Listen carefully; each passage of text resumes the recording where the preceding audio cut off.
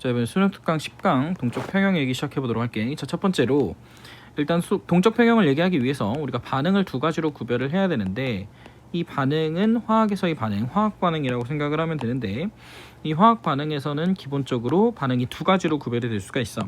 자, 이 화학 반응은 두 가지로 구별이 되는데, 첫 번째가 가역 반응이라고 하는 반응이 있고, 두 번째가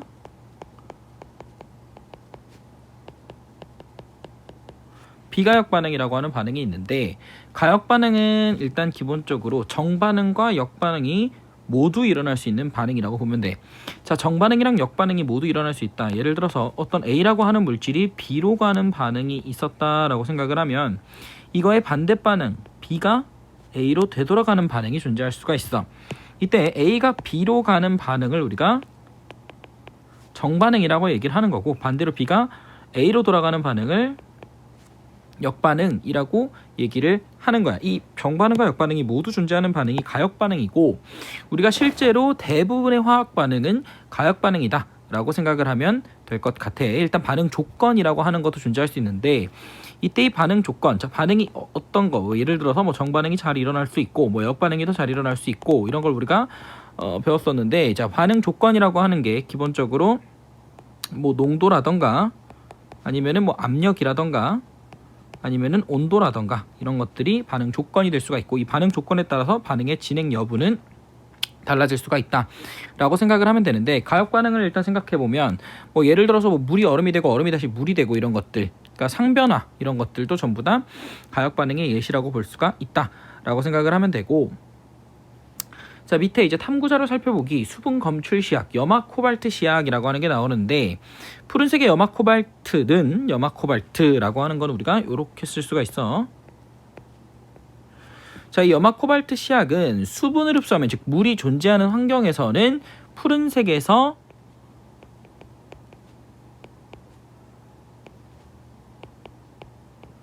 붉은색으로 변화가 될 수가 있다 라는 거야. 자, 물이 존재할 때 이렇게 색깔이 바뀔 수 있다는 걸 좀 일단 외워주는 게 좋고, 그래서 우리가 화학 반응을 할 때 물이 있냐 없냐, 물이 생성됐냐 이런 것들을 구별할 때 기본적으로 우리가 이제 푸른색 염화 코발트를 사용을 한다라는 걸 알고 있으면 되는데, 탐구 과정을 보면 푸른색 염화 코발트 종이에 스포이드를 떨어뜨려서 색깔을 확인했더니 당연히 물을 떨어뜨렸으니까 붉은색으로 바뀌었겠지. 붉은색으로 바뀌었을 건데, 그걸 다시 드라이기로 말렸더니 다시 물이 날아가면서 푸른색으로 돌아오는 그러한 반응을 확인할 수가 있다. 즉 이것도 결국 뭐다? 가역 반응의 예시가 될 수 있겠다라는 것을 확인할 수가 있을 건데, 맨 밑에 이제 분석 포인트 맨 밑에 보면 코발트 Cl2라고 하는 이 친구가 실제로 반응을 하면, 물과 반응을 하면 뭐 사실 별로 중요한 반응은 아닌데, 반응식을 외우는 게 아니라 푸른색이 붉은색으로 물이 있을 때 바뀐다라는 사실을 일단 외워둔 게 당연히 더 중요하고, 그래서 코발트가 Cl2에 물이 덕지덕지 달라붙어요 라는 뜻이야. 요게 그냥 요 표현이 그냥 여기 주변에 그냥 둘러싸고 있다, 수화된 상황, 뭐 그 정도라고 생각을 해주면 될 것 같아. 근데 이 반응이 방금 말한 것처럼 정반응으로만 진행되는 게 아니라 역반응도 돌아가게 되는 가역 반응으로 진행이 될 수가 있다 라는 표시를 확인할 수가 있을 거고, 만약에 이제 문제를 봤을 때 문제에서 요러한 양방향 화살표가 존재하면, 이 양방향 화살표가 존재하면 가역 반응인 거구나 라고 그냥 간단하게 생각을 해주면 될 것 같아. 자, 이제 다음 페이지로 넘어가서 석회동굴과 이제 뭐 종유석, 석순이라고 하는 애가 존재하는데, 석회동굴, 일반적으로 우리가 보고 있는 동굴은 전부 다 석회동굴인데, 이 석회동굴에 혹시 뭐 물 같은 게 있는 게 봤을 거야. 자, 물 같은 게 뭐냐면 실제로 CaHCO3-2라고 하는 물질이 녹아있는 그런 수용액 상태의 물질이라고 생각을 할 수가 있는데, 걔가 만들어진 이유가 뭐냐면 석회암지대, 석회암의 주성분은 우리가 탄산칼슘이야. 이 탄산칼슘이 일반적으로는 고체 상태인데, 얘가 물에 녹고, 그리고 동시에 이산화탄소도 같이 물에 녹게 되면, 대기 중에 있었던 이산화탄소가 같이 물에 녹으면 뭐가 형성될 수 있냐면 CaHCO3-2라고 하는 애가 만들어질 수가 있어. 탄산수소 칼슘이라고 하는 수용액이 만들어진다 라는 걸 기억하면 되고, 당연히 그래서 이게 동굴에 있는 물이라고 생각을 해주면 되는데, 그래서 얘가 이제 오른쪽 정반응으로 반응이 진행될 때는 동굴이 형성되는 과정이구나, 석회 동굴이 형성되는 과정이구나 라고 생각을 하면 되고, 그게 이제 다시 역반응으로 돌아가면서 뭐 돌 같은 게 만들어질 수가 있겠지. 왜냐하면 석회암으로 다시 돌아가는 거니까 그 모양을 종유석, 석순, 석주 뭐 이런 것들이라고 얘기를 할 수가 있고, 그래서 역반응으로 가면 종유석이나 석순, 뭐 석주 이런 애들이 형성이 될 수 있다라는 거 정도를 생각해주면 될 것 같아. 그거 말고도 이제 밑에 보면 이제 가역 반응의 예라고 하는 게 존재하는데, 물의 상태 변화 말 그대로 이제 물이 뭐 수증기가 되고 수증기가 다시 물이 되고 아니면 물이 얼음이 되고 이런 것들, 그러니까 상변화, 물뿐만이 아니라 모든 상변화는 기본적으로 가역 반응이다 라는 걸 알고 있으면 될 것 같고, 그다음 두 번째 용해라고 하는 거는 이제 물에 어떤 물질이 녹아 들어가는 거, 그런 것들을 생각해 주면 되고, 사실 요 방금 했던 요 반응도 용해에 포함이 될 수가 있겠지. 그래서 용해도 녹았다가 다시 석출됐다가 왔다 갔다 했으니까 가역 반응이고, 그리고 우리 몸에 있는 모든 반응은 그냥 가역 반응이다 라고 생각을 해주면 될 것 같아. 우리 몸에 있는 모든 반응은 그냥 가역 반응이구나 라고 그냥 받아들여도 상관이 없다라는 것까지 기억해주면 될 것 같아. 자, 그 다음으로 이제 비가역 반응이라고 하는 게 존재하는데, 자, 비가역 반응은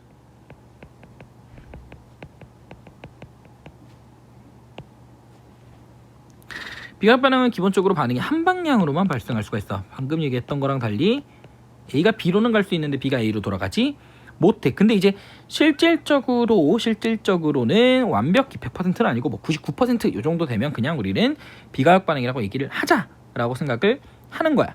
알겠지? 무조건 못 돌아간다는 아니지만 실질적으로 그런 반응은 없기 때문에 그냥 어느 정도 돌아오지 못하는 반응은 그냥 비가역 반응이라고 얘기를 보통 한다. 즉 역반응이 안 일어난다라는 표현보다는 역반응이 무시할 정도만 발생한다.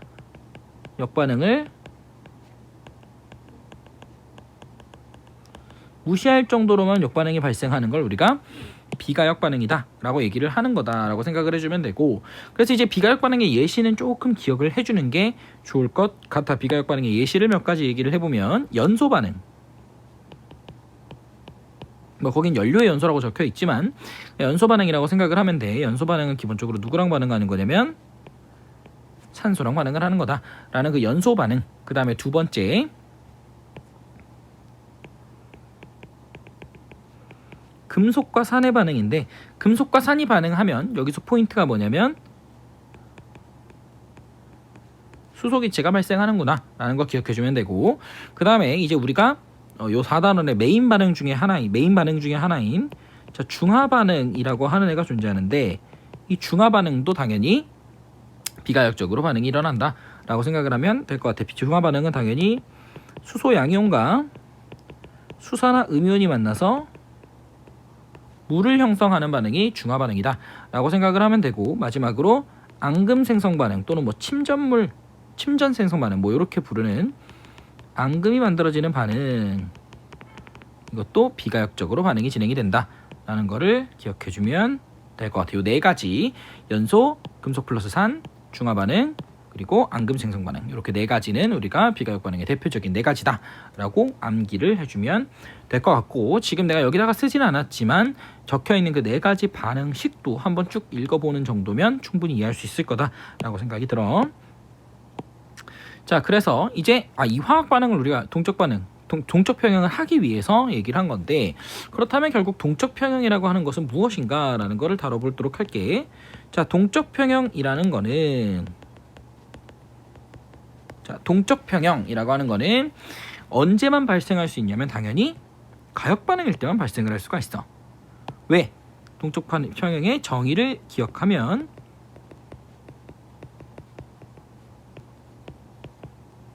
알 수가 있을 텐데, 동적 평형에서는 기본적으로 뭐냐면 가역 반응에서 반응물과 생성물의 농도가 바뀌지 않는 거야. 뭐랑 뭐가 안 바뀐다고? 반응물의 농도와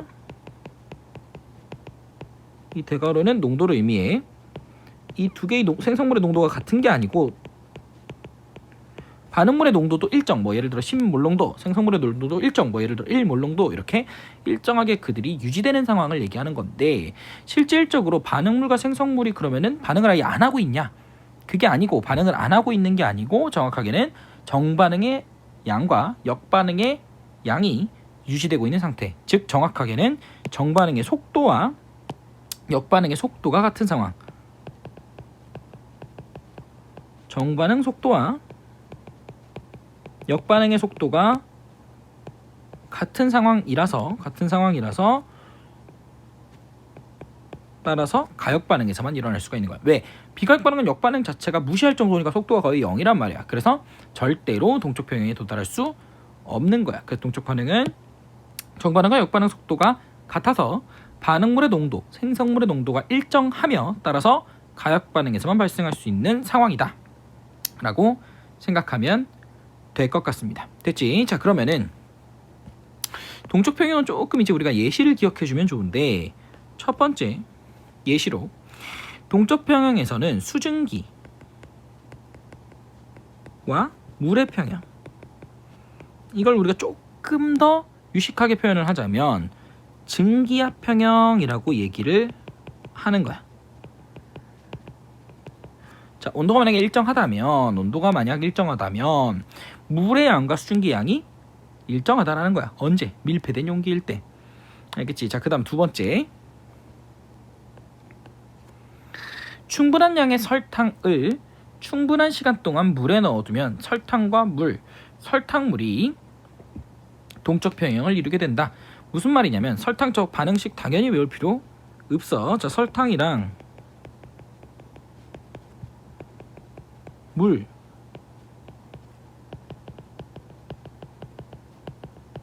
이렇게 되겠지. 그러면 이 설탕 플러스 물의 양과 설탕물의 양이 일정해지는 그 순간을 우리가 뭐라 부른다? 동적 평형이라고 부른다. 알겠지? 자, 그렇게 생각을 해주면 되고, 근데 이게 설탕이 녹기도 하고 설탕물이 되기도 하고 설탕물에 설탕이 석출되기도 하는 거야. 근데 그 양이 똑같고 그 속도가 똑같으니까 우리 눈에는 그냥 설탕물의 농도가 일정한 것처럼 보이게 된다 라고 생각을 하면 될 것 같아. 자, 근데 이제 그 밑에 우리가 탐구 살펴보기, 이산화 질소와 이질소 사이의 사산화 이질소 사이의 동적 평형이라고 하는 게 적혀 있는데, 얘를 조금 잘 기억해주면 좋을 것 같은데, 뭐냐면 얘는 우리가 여기저기서 많이 봤었던 애인데, 이 NO2가 사산화 이질소 N2O4라고 하는 애로 만들어진 애, 둘 다 기체인데, 얘네가 전에도 얘기를 했었지만 뭘 기억해야 되냐면 색깔을 기억을 해야 돼.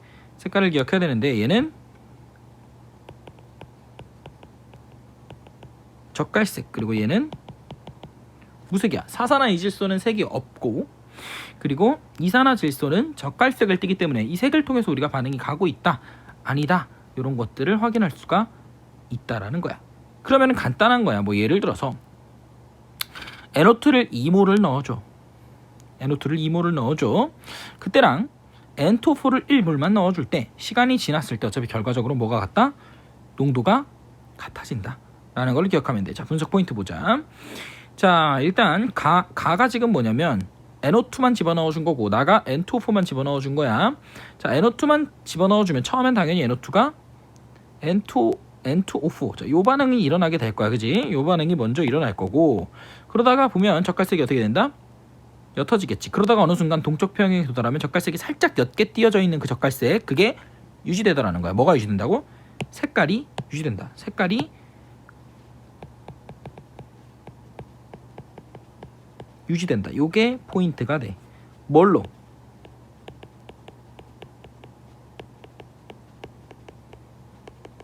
옅은 젓갈색으로 유지가 돼. 왜? NO2만 넣었을 땐 진한 젓갈색에서 옅어지고, N2O4만 넣으면 무색이었다가 NO2가 생기면서 서서히 옅은 젓갈색을 띠게 되겠지. 그래서 결국에는 둘 다 연한 젓갈색을 가지게 된다 라는 거를 기억해주면 될 것 같아. 자, 그 다음에 결국에는 동적 평형이긴 한데 우리가 상평형에 대한 얘기를 조금 따로 다루게 될 거야. 자, 상평형이 뭐냐면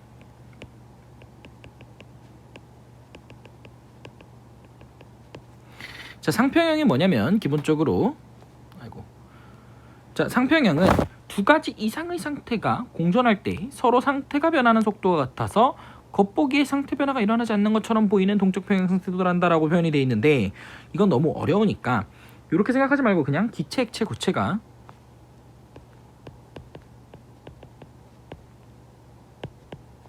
자, 기체, 액체, 고체가 그냥 왔다리 갔다리 하는데 그 양이 유지되는 순간 뭐랑 뭐가? 기체가 액체되는 속도 또는 액체가 기체되는 속도가 같을 때 결국 얘도 뭐다? 동적 평형이다. 그냥 간단히 상평형도 상이 변하는 동적 평형을 그냥 상평형이라고 하는구나 라고 생각하면 될 것 같습니다. 자, 그러면은 자, 우리가 상평형은 기본적으로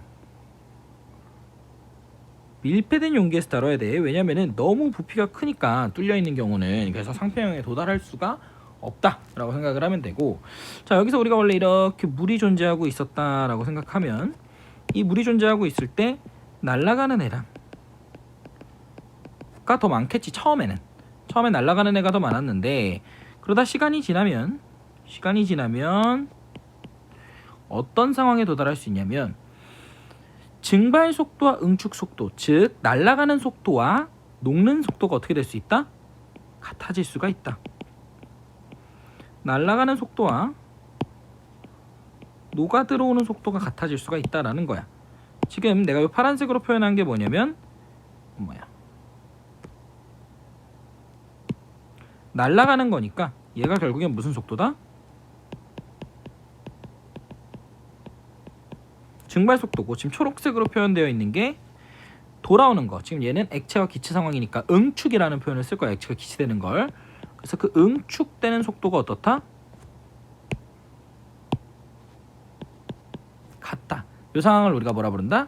상평형이라고 부른다 라는 거 정도 기억해 주면 될 것 같고, 지금 여기서는 이제 내가 예시를 기체와 액체로 들었지만 기체와 고체 승화할 때도 상평형이 존재할 수 있고 액체와 고체 상태에서도 상평형이 존재할 수가 있다라는 거를 기억해 주면 될 것 같아요. 모든 상에서 다 존재할 수 있다라는 거야.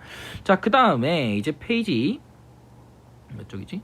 페이지 156쪽으로 넘어가서 용해 평형을 좀 봅시다. 자, 용해 평형 보면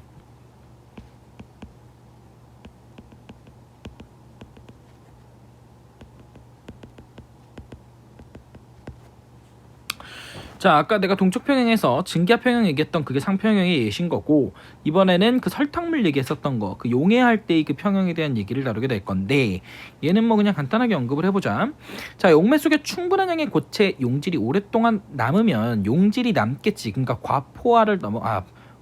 포화 상태를 넘어가서 이제 용질이 석출되어 있는 상황을 생각을 해보자. 그럼 어떻게 되냐면 시간이 지나면 우리가 생각하기에는 그냥 눈으로 볼 땐 어때? 그냥 뭐 설탕이나 소금 이런 게 가라앉아 있구나 라고 그렇게 생각을 하겠지만 실제로는 얘가 물로 녹아가는 애랑 그 다음 물에서 다시 석출되는 요 양이 어떤 거다? 같은 상황인 거야. 이게 용해 평형인 거야. 알겠지? 그래서 결국에는 녹아있던 용매에 녹아있던 용질이 석출되는 것과 이미 석출되어 있던 그 용질이 다시 녹아 들어가는 그 두 개의 속도가 어떻다?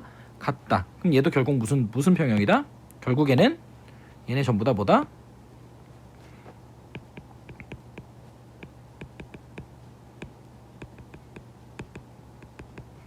동적 평형 상태인 거구나 라는 거를 생각해 주면 될 것 같아. 자, 그 다음에 이 동적 평형 중에서도 특히 중요한 게 있어. 이제 우리가 요거 5번 하려고 결국에는 요 동적 평형이라고 하는 걸 배운 건데, 자, 5번 뭐냐면 이미 알고 있겠지만 물의 자동 이온화라고 하는 게 존재해.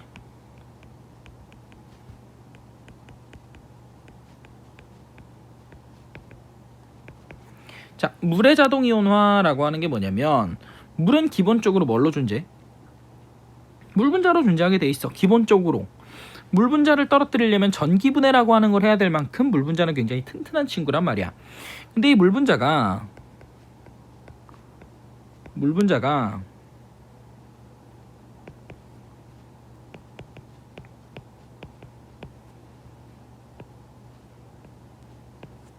어떻게 될 수 있냐면 요렇게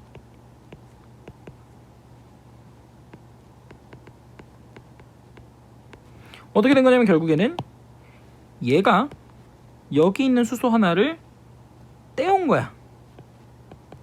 그지? 수소를 하나 떼움으로써 뭘 만들고 H3O 플러스, H 플러스를 만들고 OH 마이너스를 만들게 된 거야. 자, 얘의 구조도 당연히 우리가 알고 있어야 되는데 원래 H2O의 구조는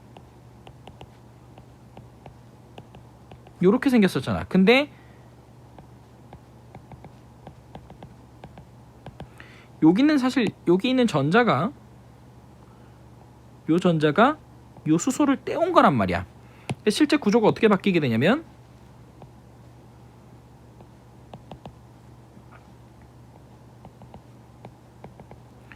요렇게 바뀌게 돼. NH3랑 똑같은 구조를 갖추게 되는 거야. 그게 여기가 플러스가 될 거고, 그 다음에 OH-는 요렇게 OH-를 띄게 되는 거야. 실제 OH-의 마이너스는 산소한테 있다라는 거야. 자, 이런 식으로 구조가 만들어진다라는 걸 일단 기본적으로 알아야 되고, 자, 여기서 우리가 얘의 농도 H+의 농도를 뭘로 계산했겠니? pH라고 하는 값으로 계산을 해. 그지? 이 pH가 마이너스 로그의 루트가 아니고 마이너스 로그의 H3O 플러스의 농도를 우리가 pH라고 얘기를 하고, 그 다음에 OH의 마이너스의 농도도 우리가 POH라고 써서 마이너스 로그의 OH-의 농도 이렇게 얘기를 할 수가 있다라는 얘기야.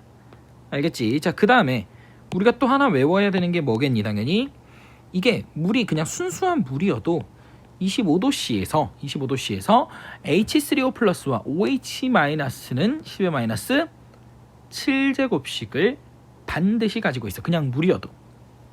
그리고 뭐 산성이나 염기성 조건이 되더라도 반드시 얘네는 평형을 이루어야 되는데, 지금 물의 자동이온은 결국엔 평형인 거야. 평형인데 25도씨에서 우리가 이 농도를 계산을 해봤더니 H3O 플러스라고 하는 애의 농도와 OH-라고 하는 애의 농도를 곱했더니 뭐가 나왔다? 10의 마이너스 14제곱이 나오다라는 거야. 마찬가지로 여기다가 우리가 마이너스 로그를 붙여주면 pH 플러스 POH 합이 무조건 무엇이 나온다? 14가 나와야 된다. 이게 포인트가 될 거야. 언제나 25도씨일 때 그런 거다 라고 생각을 해주면 되는 거야. 자, 그래서 이제 뭐 거기 빗물의 pH라고 얘기를 뭐 쭉 나오게 되는데 일단 그거는 넘어가도록 할게. 자, 그 다음에 자, 25도씨에서 우리가 항상 기준을 25도씨로 잡을 거야. 자, 25도씨에서 액성을 얘기할 건데, 이제 여기서 우리가 액성을 뭘로 따지게 되냐면 25도씨에서의 액성이야. 자, 산성과 염기성이 존재할 텐데, 산성은 말 그대로 H3O 플러스가 더 많은 거, 염기성은 OH-가 더 많은 거, 중성은 H3O 플러스와 OH-의 농도가 같은 상황이라고 생각을 하면 돼. 그러면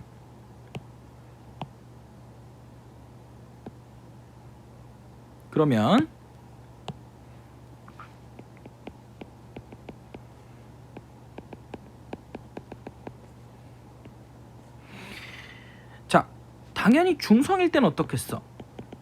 H 플러스의 농도와 OH-의 농도가 같아야 되니까 반드시 7이어야만 하는 거고, 둘이 합쳐 14여야 되니까. 산성일 때는 H 플러스의 농도가 더 커야 되니까, 자, 여기 봐봐. 여기 위에, 자, 요거 봐봐. 여기 농도가 크면 결국 pH는 어떻게 돼? 내려가야 돼. 여기 마이너스가 앞에 붙어있기 때문에. 자, 그러면은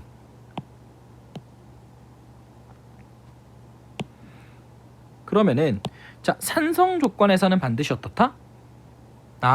pH가 더 작아야 되겠구나. H 플러스의 농도가 더 크니까. 반대로 염기성에서는 OH-가 더 많아야 되니까, 아이고야,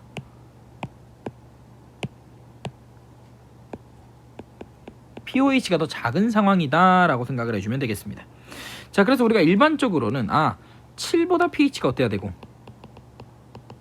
작을 때가 산성, 그 다음에 pH가 7보다 클 때가 염기성이다 라고 우리가 표현을 하게 된다 라는 거를 기억해 주면 될 것 같습니다. 자, 그 다음에 이제 뭐 맨 밑에 우리가 몇 쪽이냐, 159쪽 보시면 우리 주변 생활 속 물질의 pH라고 해서 거기 뭐 pH 미터기, 뭐 pH 시험지 이런 걸로 pH를 측정할 수 있다 라고 되어 있는데, 그거는 별로 뭐 어렵지 않을 거고, 2번 25도씨에 1몰롱도의 HCl과 NaOH의 pH 그리고 뭐 이런 것들 구하는 방법에 대한 얘기가 쭉 적혀 있는데, 결국 우리는 뭘로 활용할 수 있냐면 pH를 구하는 방법은 되게 대표적인 게 pH 미터기를 쓰는 거지만, 우리가 미리 만들어 놓은 시약 1몰 농도 또는 뭐 0.1몰 농도를 보통 많이 만드는데 0.1몰 농도를 더 많이 씁니다. 0.1몰 농도짜리를 만들어서 직접 우리는 무슨 반응? 중화 반응을 해보고 여기에 얼마만큼 H+가 있었다 또는 OH-가 있었다, 즉 얘는 농도가 얼마겠다 라고 측정해내가는 일도 존재합니다. 자, 그 다음에 pH가 우리 대표적으로 pH가 낮은 거, 대부분의 과일들은 pH가 좀 낮은 편입니다. 특히 레몬이나 오렌지 이런 것들 pH가 산성이고, 그 다음에 위액은 pH 2 정도니까 굉장히 산성이 세다라고 생각을 하면 되겠죠. 그래서 예를 들어서